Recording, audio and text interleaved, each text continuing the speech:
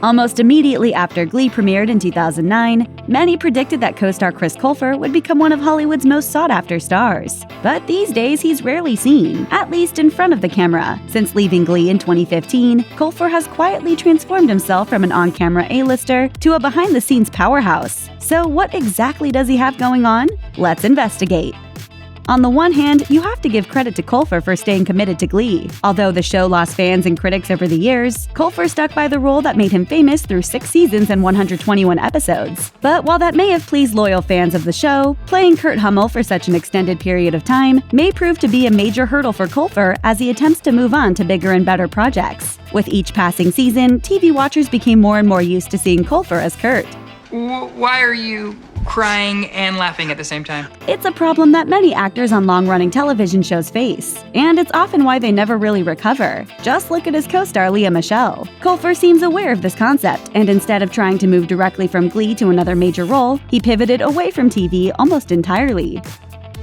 It appears Chris Colfer's interest in the arts has always extended beyond acting. I want to be the editor of The New Yorker and the youngest freelance journalist to be published in The New York Times, LA Times, and the Chicago Tribune. Okay! Evidence of this dates back to 2012, when he wrote the screenplay for and produced the film Struck by Lightning. The movie marked Colfer's first as a leading man and told the story of a high school senior named Carson Phillips desperately trying to escape his hometown. Sure, the film was widely dismissed for being a stereotypical teen angst film, but Colfer still received praise from his leading performance. Struck by Lightning wasn't the only time Colfer put his pen to the test. In 2014, Colfer wrote an episode for Glee called Old Dogs, New Tricks. And there's more good news. Colfer's screenwriting credits are far from where his work with the written word ends.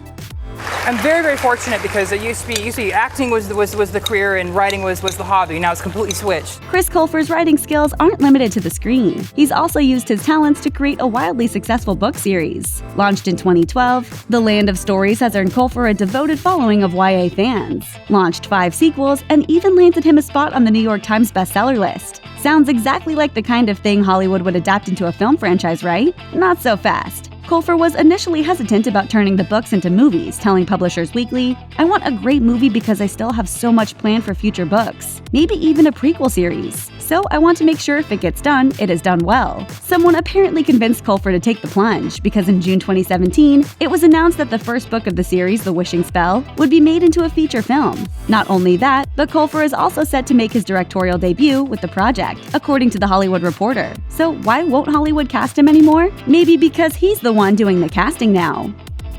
Casting Chris Colfer as one of the many outsiders in William McKinley High School's Glee Club proved to be a perfect decision for the show. One needn't look further than his Golden Globe Award for proof. Unfortunately, the word outsider isn't always the most sellable word in Hollywood. In fact, Colfer is so uniquely talented that it may prove difficult for him to find a role that suits his strengths as well as his Glee character. For example, 2 of the next 3 acting gigs he took after the show, Hot in Cleveland and Julie's Green Room, required him to, you guessed it, sing and perform on stage. Of course, he can belt out Whitney Houston's I Have Nothing better than most folks in Hollywood, but is it possible that being a triple threat could actually end up being an actual threat to one's acting career?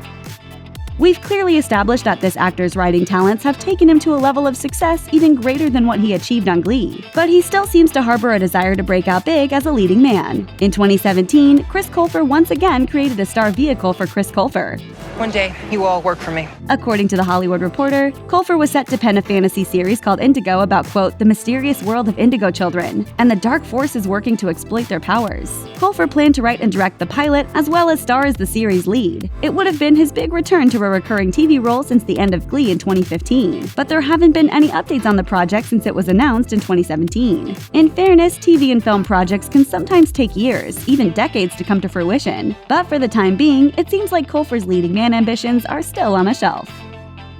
Although Chris Colfer's acting career may have temporarily stalled after Glee, his future still looks bright. He's still in his 20s, and he has a long career ahead of him. For comparison, just look at Zac Efron, who went from teen sensation to full-on movie star. Colfer also has the versatility factor on his side. He can write more screenplays, he's proved he could basically become the next J.K. Rowling, and of course, he could easily pivot to Broadway if he wanted to. You know, when you stop and think about it, Kurt Hummel has had a pretty good year.